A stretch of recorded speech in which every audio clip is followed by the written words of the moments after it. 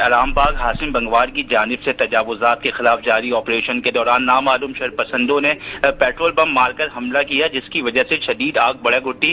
खुशकिस्मती से कोई जानी नुकसान नहीं हुआ और अब तक किसी के जख्मी होने की भी कोई इत्तला मौसूल नहीं हुई है। अब इजाफी नफरी और फायर ब्रिगेड को भी तलब कर लिया गया है। ये हमला शरपसंदों की जानिब से तजावुजात के खिलाफ जारी ऑपरेशन को रोकने के लिए किया गया था।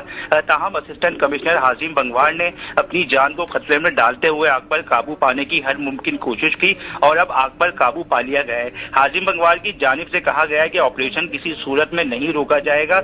इस ऑपरेशन में टाउन म्यूनिसिपल कॉर्पोरेशन सदर के इंस्टाद तजावुजात के इंचार्ज शाहनवाज खान भी अपनी टीम के हमरा मौजूद हैं। इनकी जानिब से भी यकीन दहानी करवाई गई है कि ये ऑपरेशन बिना किसी दबाव के यौमिया बुनियादियों पर जारी रहेगा और तजावुजात के खात्मे को यकीनी बनाएगा।